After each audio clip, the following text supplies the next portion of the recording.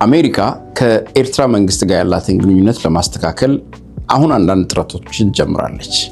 በተለይም በግብጽ ሚዲዬሽን አማካይነት በዋሽንግተን እንዲሁም በካይሮ በኒውዮርክ አንዳንድ ስብሰባዎች ምክክሮችን ከጀርባ እያደረገች እንደቆየች ይነገራል።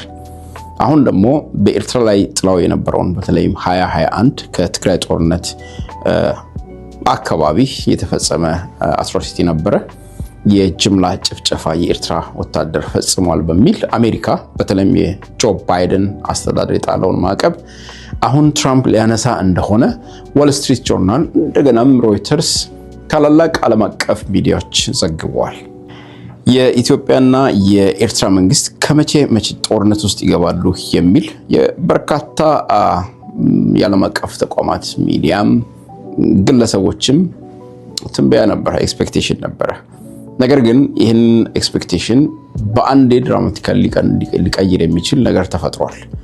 ነገር ግን የአሜሪካ መንግስት ወደዚህ ድምዳሜ እንዲደርስ ያደረገው ምንድነው የሚለውን ነገር ዞር ብሎ ማየት መፈተሽ ያስፈልጋል።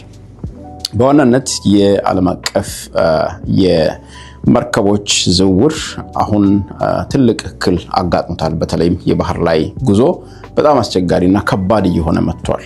በኢራንና በአሜሪካ መካከል እስራኤል መካከል የነበረው ጦርነት አንድ ያመጣው ቨልነራቢሊቲ አለ። በዓለም አቀፍ የውሃ አካል ላይ ባህር ደህንነት የማስጠበቅ ጉዳይ ቁልፍ ጉዳይ ሆኖባት ሰንብቷል። አሜሪካ አብዛኛው ነዳጅ ጫኝ መርከቦች ነዳጅ ጭነው ወደ ዓለም አቀፍ ገበያ እንዳያቀርቡ የኢራን መንግስት ከፈለገ ይዘጋል፣ ከፈለገ ይከፍታል። ያ ነገር ሌላ ቦታ ያለውን መሰል አካባቢዎችንም የአሜሪካ መንግስት በቅርበት ሞኒተር ከወዲሁ ማድረግ እንደሚያስፈልግና ለቀይ ባህር ጉዞዎች ደህንነት ወሳኝ እንደሆነ ቀይ ባህርም ምን ያህል ተጋላጭ እንደሆነ ቨልነራቢሊቲው ከፍተኛ እንደሆነ የትም አካባቢ ምንም አይነት ግጭት ከተከሰተ በተለይም ኮስት ላይን ላይ ያሉ አገራት በቀይ ባህር አካባቢ ያሉ አገራት አካባቢ እነሱን የሚነካ ጦርነት የሚከሰት ከሆነ በዓለም አቀፍ ምርቶች፣ ሸቀጦች ነዳጅ ጨምሮ ምን አይነት ጥረት ሊያጋጥም እንደሚችል በትንሹ የተማረ ይመስላል።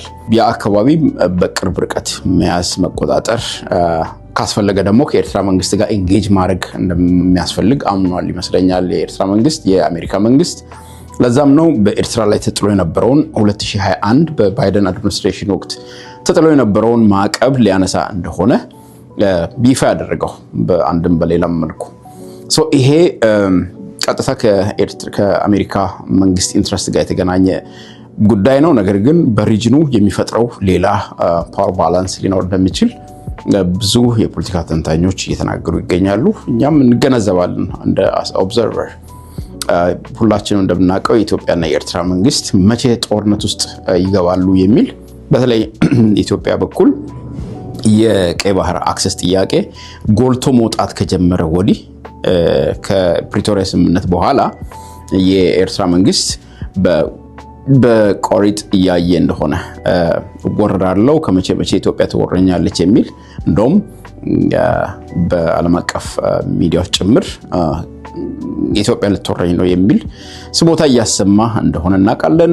የኢትዮጵያ መንግስት ደግሞ ቲፒኤልኤፍንም ሆነ ሌሎች የኢትዮጵያ ተፋላሚዎችን የኤርትራ መንግስት እየረዳ ነው በመሳሪያም በትጥቅም በማስጠለልም የሚል ክሶች አሉ። በሁለቱ መካከል የነበረው ቴንሽን በጣም ባየለበት ወቅትና ጦርነት ዛሬ ነገ ይጀምራል በሚል እንግዲህ ቴንሽን ውስጥ የሪጅኑ ህዝብ ባለበት ነው የአሜሪካ መንግስት ይሄንን ዜና እንደ ቦምብ ሼል የጣለው።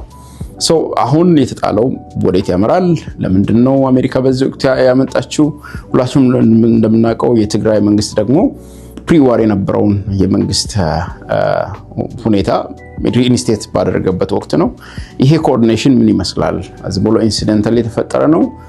ኮኢንሲደንት ነው ወይስ ደሊብሬት የሆነ ኮኦርዲኔሽን ነው የሚለውን በደንብ እናያለን። አብራችሁን ከቆያችሁ ብዙ ነገር ታያላችሁ። ቀጥሎ የሚመጣውን ከጥቂት ሰዓታት በኋላ አፕሎድ ማድረግላችሁን ዩቲዩብ በአፍሪኮር ገብታችሁ ተመልከቱ። አመሰግናለሁ።